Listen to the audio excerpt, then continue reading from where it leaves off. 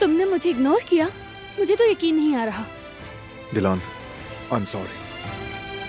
जरूरी ना होता तो कभी ना जाता। आइंदा ऐसा नहीं होगा, वादा।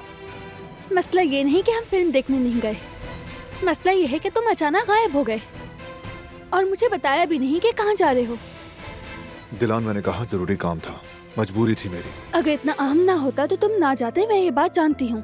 मगर मेरा सवाल ये है कि तुम मुझसे क्या छुपा रहे हो बारान?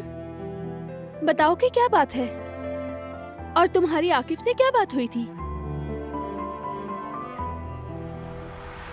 ठीक है, चुप रहो, चुप रहो तुम। वैसे भी अम्मी कह रही थी। माफ कीजिएगा बारान साहब, आकिफ साहब बाहर आपका इंतजार कर रहे हैं। वो फिर से क्यों आया है? अभी नहीं पता, तुम वेट करो, बात करते हैं।